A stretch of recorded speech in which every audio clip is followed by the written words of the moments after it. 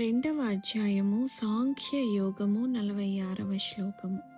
యావానర్థ ఉదపానే సర్వత సంప్లుతోదకే తావాన్ సర్వేషు వేదేషు బ్రాహ్మణస్య విజానతః. తాత్పర్యము: అన్ని వైపులా జలములతో నిండియున్న మహాజలాశయము అందుబాటులోనున్న వానికి చిన్న చిన్న జలాశయముల వలన ఎంత ప్రయోజనమో, పరమాత్మ ప్రాప్తి నంది పరమానందమును అనుభవించు బ్రహ్మజ్ఞానికి వేదముల వలన అంతియే ప్రయోజనము. వివరణ: శుద్ధమైన నీటితో ఉండి ఉన్న ఒక పెద్ద జలాశయము మన దగ్గరలోనే ఉన్నప్పుడు చిన్న చిన్న నీటి వనరుల గల బావులు అవసరం ఉండదు. అలాగే ఆత్మజ్ఞానాన్ని పూర్తిగా తెలుసుకున్న వాడికి, ఆత్మస్వరూపాన్ని పూర్తిగా తెలుసుకున్న జ్ఞానికి వేదాలలో చెప్పబడిన సకామ కర్మలు కానీ ఇతర విషయాలు కానీ తెలుసుకోవాల్సిన అవసరమే ఉండదు. 47వ శ్లోకము. కర్మణ్యేవాధికారస్తే మా ఫలేషు కదాచన మా కర్మ ఫలహేతుర్భూర్మా తే సంగోస్త్వకర్మణి. తాత్పర్యము: కర్తవ్య కర్మమునాచరించుట యందే నీకు అధికారము కలదు, ఎన్నటికిని దాని ఫలము యందు లేదు. కర్మఫలములకు నీవు హేతువు కారాదు. కర్మలను మానుటయందు నీవు ఆసక్తుడవు కావలదు, అనగా ఫలాపేక్షరహితుడవై కర్తవ్య బుద్ధితో కర్మలనాచరింపుము. వివరణ: భగవద్గీతలో అత్యంత ప్రసిద్ధమైన శ్లోకం ఇది. కర్మలను ఆచరించడంలోనే మనకు అధికారం ఉన్నది, వాటి ఫలితాలను ఆశించడంలో మనకు ఎలాంటి అధికారం లేదు అని భగవంతుడు చెబుతున్నాడు. యువకులకు లేదా ఎవరికైనా మొట్టమొదట ఈ విషయాన్ని బోధించడానికి వెళ్ళినప్పుడు వాళ్ళు ఈ విషయాన్ని అంగీకరించరు.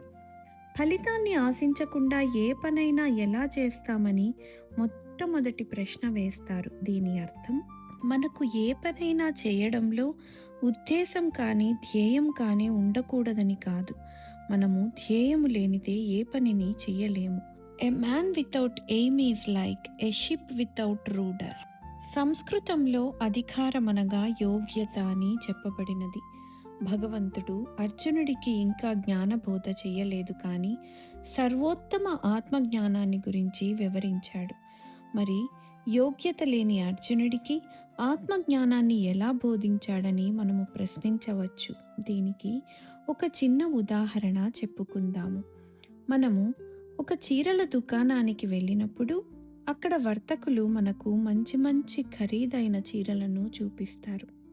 వాటిని చూసి, వాటి ధరను కూడా చూసి, అవి చాలా ఖరీదైనవి, మన దగ్గర అంత డబ్బు లేదని చెప్పినా సరే ఒకసారి చూడమని మాత్రము మన ముందు పెడతారు. ఆ తర్వాత ఇంటికి వచ్చి దాని గురించే ఆలోచిస్తూ అది తీసుకోవడానికి, అనగా ఖరీదైన చీరను తీసుకోవడానికి డబ్బులు సమకూర్చుకొని ఆ చీరను కొనడానికి సంకల్పిస్తాము. ఇక్కడ భగవంతుడు కూడా అర్జునుడికి మొట్టమొదట సర్వోత్తమమైన ఆత్మజ్ఞానాన్ని బోధించాడు. తరువాత అతనిని మిగతా జ్ఞానాన్ని తెలుసుకోవడానికి ఉద్యుక్తుడిని చేస్తున్నాడు. మన అందరికీ కర్మలను ఆచరించడానికి మాత్రమే యోగ్యత కలదు. భగవద్గీత కూడా మన కర్మలను ఆచరించడానికి ఎక్కడికి వెళ్ళనవసరం లేకుండా, ఎక్కడికి కదలకుండా మన కర్తవ్యాన్ని వికసింపచేసేలా చేస్తుంది. చంద్రుడి యొక్క ప్రకాశంతో కమలము వికసిస్తుంది, అనగా కమలము ఎక్కడికి వెళ్లకుండా తను ఉన్న చోటే వికసించి చంద్రుడిని చంద్రకాంతి ద్వారా ఆలింగనం చేసుకుంటుంది. అలాగే భగవంతుడి బోధనలు లేదా భగవద్గీత కూడా మనము ఉన్న చోటే ఉండి, మన ఇంట్లోనే ఉండి, మన ప్రదేశాలలోనే ఉండి మన కర్తవ్యాన్ని నిర్వర్తించడానికి మార్గదర్శనం చేస్తుంది. అందుకే భగవంతుడు కూడా కర్మల యందే యోగ్యతను ప్రదర్శించమని, వాటి ఫలితాలపైన ఆసక్తిని పెంచుకోకూడదని చెబుతున్నాడు. ఎందుకనగా ఫలితాలు అనేక కారకాలపై ఆధారపడి ఉంటాయి. కర్మలు మానివేయడం తగదని, కర్మలు మానివేయడానికి కారణము కాకూడదని బోధిస్తున్నాడు. వినోబా భావే గారు కూడా కర్మ ఒక యాత్ర లాంటిదని వర్ణించారు. కర్మలని ఆలోచిస్తూ, కర్మలను తాగుతూ, కర్మలనే తింటూ కర్మలను అనుభవించాలని అతను అనుభవపూర్వకంగా ఈ నిజాన్ని తెలుసుకోవాలని తన స్వీయ అనుభవాలను ఉదహరిస్తూ చెప్పారు.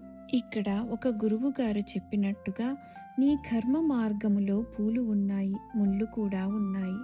కొన్ని అనుకూలతలు ఉన్నాయి, కానీ వేల కొలది ప్రతికూలతలు కూడా ఉన్నాయి. ప్రశంసలు తక్కువగానే ఉంటాయి, కానీ అవమానాలు మాత్రం నిండుగానే ఉంటాయి. కష్టాలు వందల కొద్దిగా ఉంటాయి. మూర్ఖుల యొక్క తప్పులు కూడా వస్తూనే ఉంటాయి. అయినా కూడా సుఖదుఖాలను నిరంతరము ఒకటిగా చెయ్యి. ఒక అభినందననైనా తీసుకో. నిరంతరము ముందుకు కదిలిపో. విజయ పతాకాన్ని చేరుకో. విజయ మార్గంలో పయనించి మన అంతిమ గమ్యాన్ని చేరుకోవాలి.